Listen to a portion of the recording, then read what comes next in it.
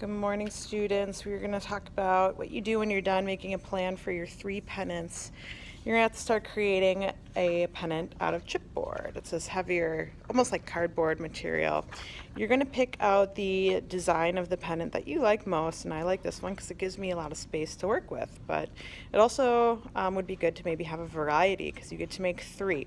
So I'm starting out with my first one. I'm going to grab a piece of chipboard. It's located on the back table underneath the screen. Right here. It's the same stuff we use for our letter sculptures. You're going to place your template on a piece of chipboard that you bring to your table, trace it out close to the edge, and leave room for other pennants. I mean, it probably would have been best if I traced mine off to the side here, but I wasn't thinking. So try to leave room for other pennants and return this when you're done. Trace it, cut it out. And what I'm left with is a nice solid chipboard pennant here, but it's totally blank and white, and we want to cover this up entirely before we start laying down our lettering. So we're going to build it with collage, creating a background. Now what I did is I grabbed a piece of colored construction paper. We've got a variety of colors for you to choose from at the back table. Also, we've got a little scrap box under the table there as well if you want to look for tiny pieces. But what I did is I placed my pennant over the edge of the construction paper, and I just want to cover part of my pennant with black, so I just traced it up to about the midway point, maybe about a third of the way up, and then I cut out that traced area, and now it'll fit on my pennant. And I'm going to create stripes of background.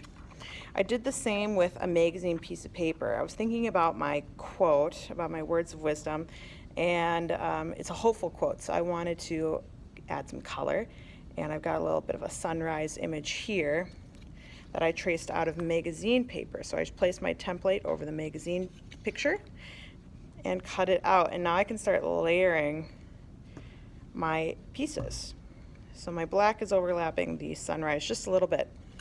And then I did this again for the very bottom tip of my pennant. So you are building a background. I don't want you to think about just using one individual picture for the whole background. Try thinking about building it up with multiple images to create some added interest for your pennant. So I traced just the tip for this one.